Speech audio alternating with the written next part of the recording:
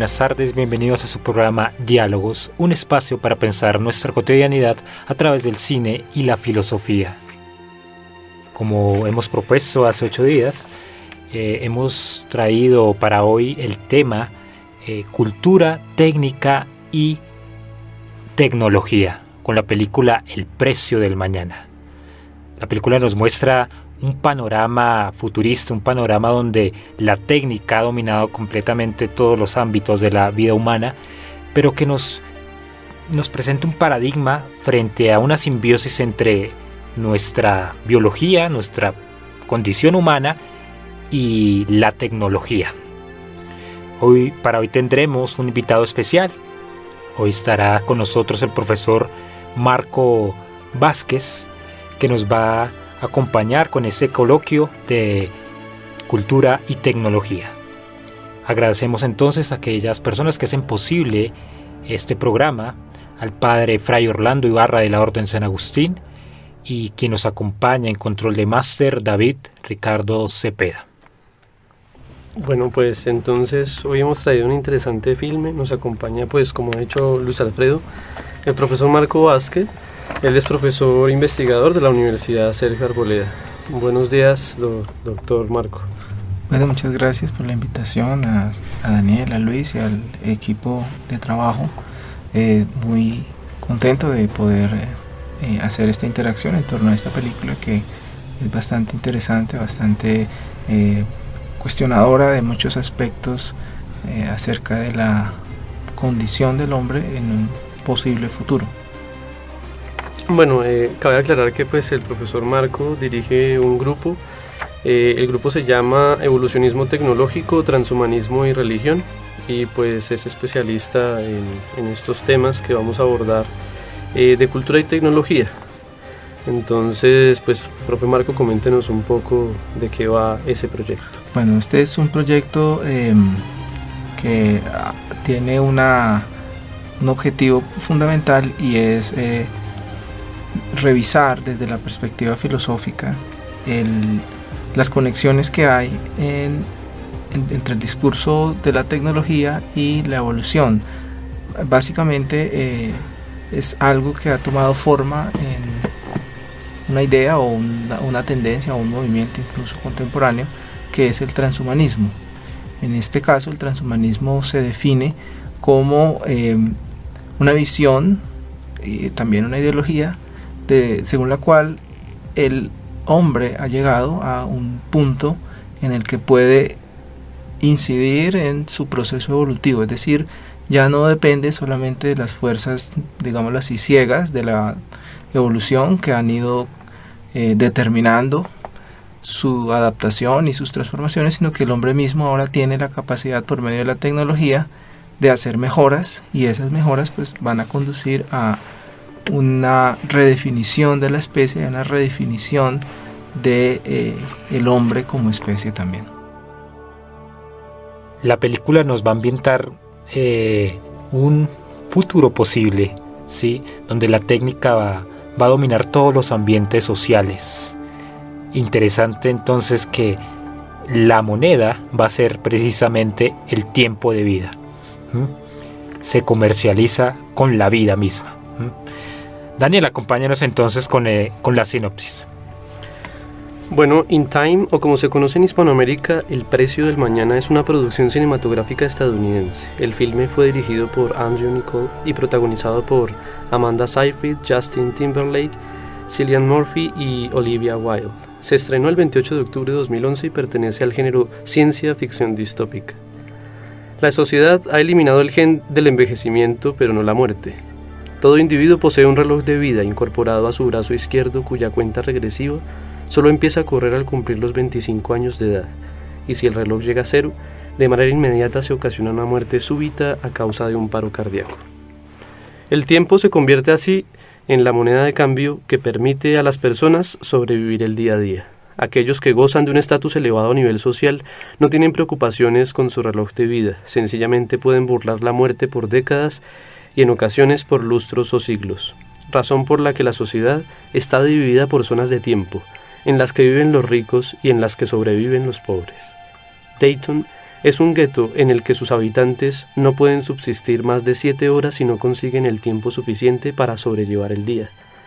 Will Salas es un joven de 28 años, trabaja en una fábrica para mantener su reloj en el límite de tiempo estricto. Sin embargo, en una ocasión en la que se encontraba en un bar con su amigo Forel, observan a Henry Hamilton, un hombre que evidentemente no pertenece al gueto y que además ha llamado la atención de la banda de los minuteros a cargo de Fortis, pues su reloj de vida tiene más de un siglo y no se esfuerza por ocultarlo. Will le brindará su ayuda para escapar de Fortis y su banda de ladrones, y en recompensa Hamilton, decepcionado de lo que ha hecho de su vida, le dejará la mayoría de su tiempo. Will trata de alcanzar a Hamilton para devolverle este tiempo que le ha concedido, pero ya es muy tarde. No obstante, las cámaras del gueto alcanzan a grabar lo sucedido y la policía o los guardianes del tiempo, bajo el mando de Raymond León, sospechan que Will le ha robado el tiempo a Hamilton.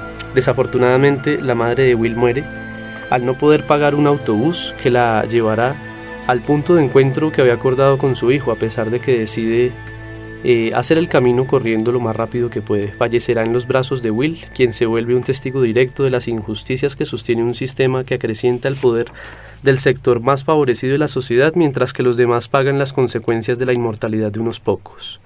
Will tomará la decisión de enfrentar a la más elevada fuerza que estructura la permanencia del sistema social que conoce, y en la búsqueda por consolidar este objetivo conoce a Sylvia Weiss, una joven que pertenece a una familia poderosa que solventa y mantiene el sistema, al que ahora combatirán juntos como ladrones de bancos de tiempo, siendo perseguidos por Raymond León y los cronometradores que intentan mantener a flote un sistema en crisis.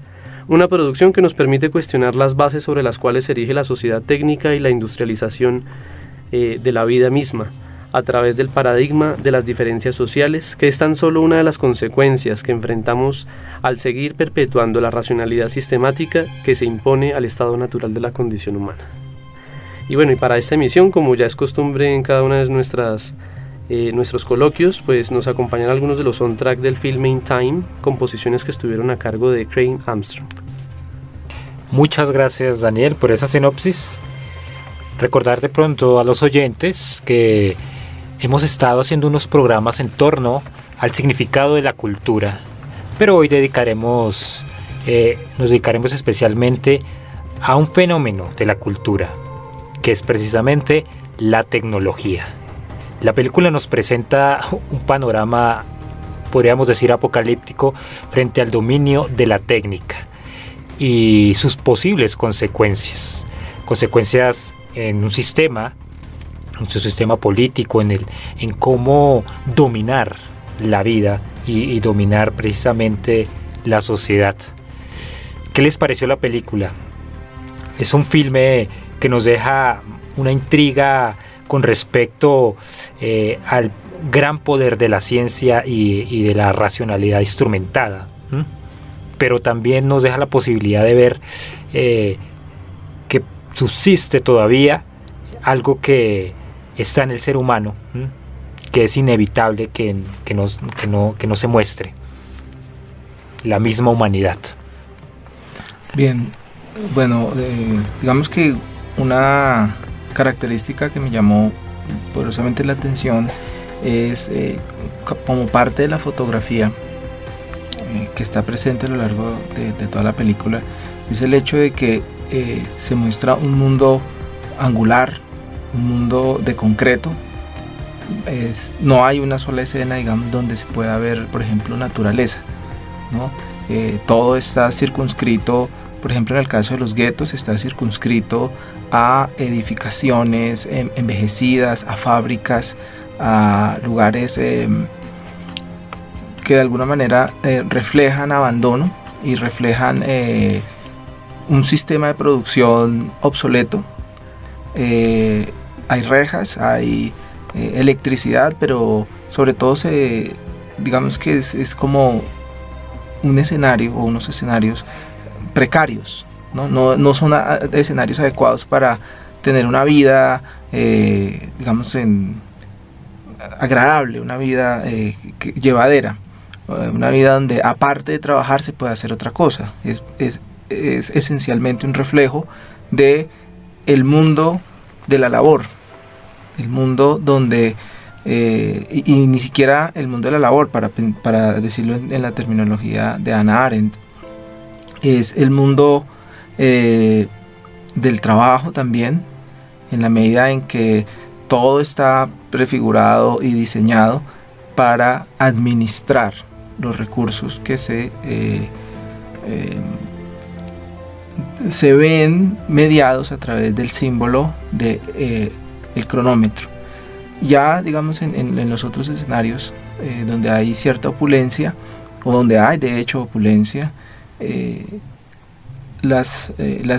mundo que se presenta es un mundo también altamente racional, es un mundo lúdico, ¿no? Hay una escena muy interesante donde se da precisamente el encuentro entre el protagonista con la chica que va a ser también su compañera en un casino, ¿no? Y bueno, así que desde una primera impresión que me deja a mí la película es precisamente que son escenarios donde la vida carece de un propósito más allá que el de sobrevivir o el de tomar tiempo o tener tiempo.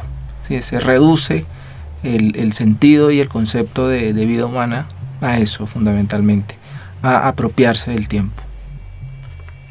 Es interesante que incluso los espacios geográficos estén determinados a través de eso que se llama técnicamente cronotopía, y es definir los espacios a través del tiempo. Las zonas del tiempo que pues he mencionado también en la sinopsis precisamente reflejan esto mismo, y reflejan eso que llamamos una racionalidad sistemática, incluso en el orden de estas zonas temporales, ¿no? Entonces esas cronotopías que se definen en la película son interesantes en virtud de que está implícito, digamos que en efecto la estructura social bajo la cual se debe entender también ese orden, ¿no? Entonces, como ya ha comentado el profesor Marco, sin duda cabe señalar que esos mismos espacios geográficos son divisiones de clases, y por lo tanto hay un paradigma allí cultural que mantiene un sistema y que revitaliza el sistema mismo, y además que lo retroalimenta, ¿no? Es decir, tomar tiempo, adquirir tiempo, gastar tiempo, son estructuras que realmente prefiguran cómo una sociedad deja de ser natural y pasa a ser una sociedad tecnificada e instrumentalizada. Nos deja pensando el peligro del poder de la tecnología, ¿no? ¿A qué conlleva? Sí, ya hemos perdido entonces una condición natural. Vamos a dejarlos entonces con un soundtrack de esta maravillosa película que espero hayan disfrutado. Sí, los dejaremos entonces con Mother's Run.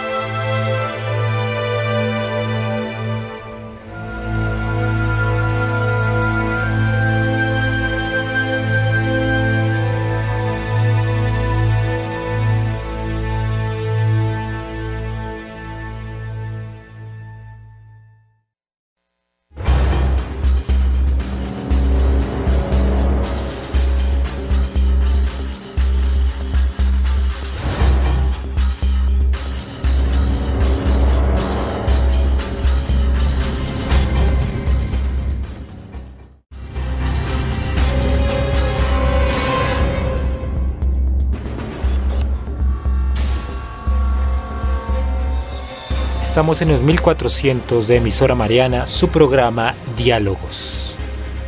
Hemos traído para los oyentes la película El precio del mañana y un interesante contraste entre el mundo natural y un mundo tecnificado. Cómo subsiste uno con el otro.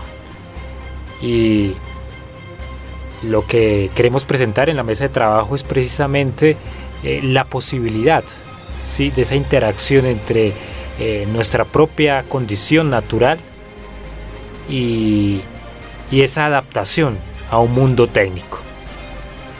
Bueno, sin duda cabe plantearnos la cuestión de cómo entender, digamos, que el advenimiento de la tecnificación de nuestro mundo a través de la máquina. Tenemos que comprender entonces que pues nuestra sociedad, digamos que en términos de lo que ya hemos discutido en nuestros anteriores programas, se constituye particularmente por una cultura objetiva, una cultura externa y una cultura interior o cultivo del ánimo, ¿no? Cultivo inmanente que perfecciona esa condición humana. Y desde luego lo digo porque sociedades así son sociedades, digamos, que podemos llamar como un producto naturalizado, digamos que hecha en ese sentido por el hombre. Pero también aquí es evidente que nos enfrentamos a un paradigma de producción también hecha por el hombre, y es esa idea a la que llamamos sistema técnico, ¿no? Que pues nos encuentra o nos da la posibilidad de llegar al encuentro del mundo del artificio, de la máquina y por lo tanto de la virtualidad que esta misma ambienta. Digamos que el filme nos caracteriza algo muy importante, y es como el sistema técnico reemplaza a una sociedad como producto natural, hecha por el hombre, instaurada en una axiología, en un estado de valores, y cómo lo reemplaza a través de este sistema técnico. Entonces, pues para hablar de ese tipo de convergencia donde se emplaza a la sociedad en su condición naturalizada, pues podríamos entonces en ese sentido llamarla como una sociedad técnica, pues en la que se instala un sistema técnico. Entonces es esa tensión que existe como conflictiva entre sociedad y tecnicismo. Bien, creo que uno de los elementos importantes a destacar en esta discusión o en esta presentación, sin duda, es el hecho de que siempre ha existido dentro del ámbito de la cultura una tensión entre lo que es natural y lo que es cultivado. Ciertamente el hombre no puede vivir en un entorno puramente natural, es decir, no existe algo así como el hombre natural. Es más, por ejemplo, si uno revisa la historia, la filosofía o la historia de las ideas, esta idea misma de un estado de naturaleza es una hipótesis bastante complicada. No todos podemos estar de acuerdo, no todas las personas pueden estar de acuerdo acerca del sentido la influencia que pudo haber tenido un estado original de naturaleza o de compenetración con la naturaleza. Sin embargo, pues bueno, algunos, como sabemos, algunos pensadores se han mostrado como, digámoslo así, nostálgicos respecto a esa original condición, y otros se han mostrado más bien como un poco a favor de que, dado que ya no existen las condiciones de retorno a un mundo plenamente o puramente natural, pues se hace necesario asumir el trabajo de la civilización. Ahora, por otro lado, es evidente también que el hombre no puede vivir en un medio puramente artificial, es decir, el hombre, los seres humanos, dependemos de la interacción con la naturaleza y de los recursos de la naturaleza para poder vivir. En ese sentido también es necesario recalcar que en la medida en que haya un equilibrio, por ejemplo, entre los ecosistemas y el lugar que el hombre ocupa dentro de ellos, o el nicho que el hombre es capaz de crear dentro de los ecosistemas, y el impacto que puede llegar a tener esa implantación del entorno humano, pues también es algo digno de consideración. Así que, retomando, creo que es importante asumir esta comprensión de los temas que propone esta película, sabiendo que hay una mutuo requerimiento entre la naturaleza y el mundo civilizado y el mundo tecnológico. Sí, en particular digamos que es evidente que hay que tratar el fenómeno de la sociedad que comentábamos hace un poco y que pues ilustra el filme, y es una sociedad como producto natural en cuanto que se encuentra en el ámbito de la cultura y de la natura, ¿no? Pero es importante también recalcar el siguiente aspecto, y es que en la cultura emerge precisamente el fenómeno técnico-tecnológico. Y la primacía de ese fenómeno técnico-tecnológico es, digamos, que lo que fractura a la sociedad en cuanto tal. La fractura en el sentido en el que se exacerba precisamente el fenómeno técnico. Y es a eso a lo que llamamos sociedad técnica. Parece entonces que el hombre ¿cómo se dice esto? Es víctima, ¿sí?, de su propio invento, ¿sí? Es víctima de su propio producto. Y la película nos presenta ese panorama del dominio de la técnica. Sí, el ser humano necesita adaptarse, pero más que adaptarse, dominar su ambiente. Pero en ese dominio, contradictoriamente, viene su propio pecado, porque de ahí, de la tecnología, va a venir su fracaso. Sí, lo que propone sobre todo ese contexto es una clase de homogenización, ¿no?, a través del fenómeno de la técnica, y por lo tanto digamos que una homogenización que siempre virtual, porque algo que sí es patente en el fenómeno tecnológico es si nos enfrentamos en realidad a lo que llamamos real, ¿sí? Esto es una pregunta que evidentemente tenemos que enfrentar en una sociedad técnica.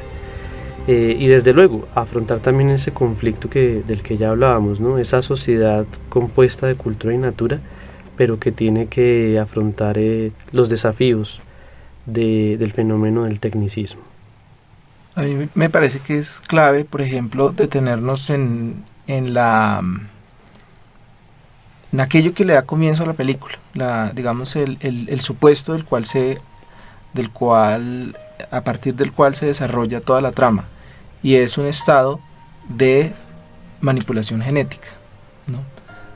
En los primeros minutos de la película queda claro que se trata de un mundo en el cual se ha logrado la eliminación del gen de la vejez, de tal manera que sea cual sea la edad de la persona va a tener el aspecto de 25 años.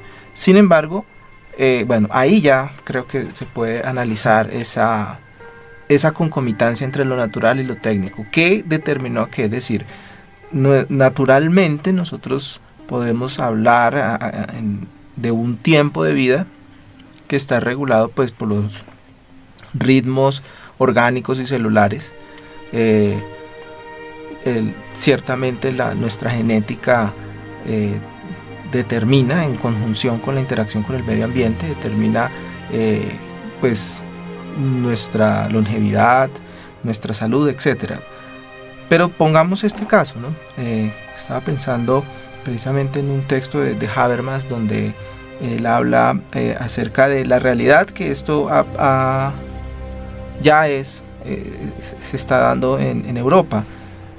En un artículo que él escribió que se llama Hacia una eugenesia liberal, el debate sobre la autocomprensión ética de la especie, ya pone de manifiesto eso, cómo la política contemporánea requiere elementos de reflexión que quizás la filosofía contemporánea no le brinda, porque la filosofía contemporánea se ha desligado de la metafísica, de la religión, de lo que se llaman los grandes relatos. Pero en esa condición de carecer, digamos, de esos grandes relatos, se hace necesario dar normas legales acerca de la manipulación de la vida. Entonces, por ejemplo, volviendo al punto de la película, uno podría preguntarse, ¿qué tuvo que haber pasado en la historia previa a ese momento para que se llegara a dar esa decisión política y esa decisión social y esa y esa configuración del sistema del mundo tal que todas las personas, todos los seres humanos que existan en ese universo distópico o en ese mundo distópico, todas las personas que existan allí solo pueden vivir 25 años naturalmente, y a partir de ahí tienen que empezar a consumir tiempo, conseguir tiempo. Entonces ahí yo creo que encuentra unos elementos interesantes para hacerse preguntas. ¿Es natural la condición del hombre? Es decir, genéticamente, ¿qué hay allí? ¿Qué tipo de seres humanos son los que están allí, que han sido modificados de esa manera? Por otro lado, ¿qué beneficios reporta para la sociedad de ese mundo ese tipo de manipulación genética? Por ejemplo, claro, se puede hablar de que se alcanza el sueño romántico y el sueño de la literatura, en el cual se habla de la eterna juventud. Pero ¿a qué costo es esa eterna juventud? Evidentemente es al costo de una mutación y también al costo de la implantación de un sistema de explotación en el mundo. Bueno, entonces sí, pues interesante los cuestionamientos que plantea el profesor Marco, pero antes de contestar precisamente a estos, los dejaremos entonces también con un soundtrack, In the Choral Theme.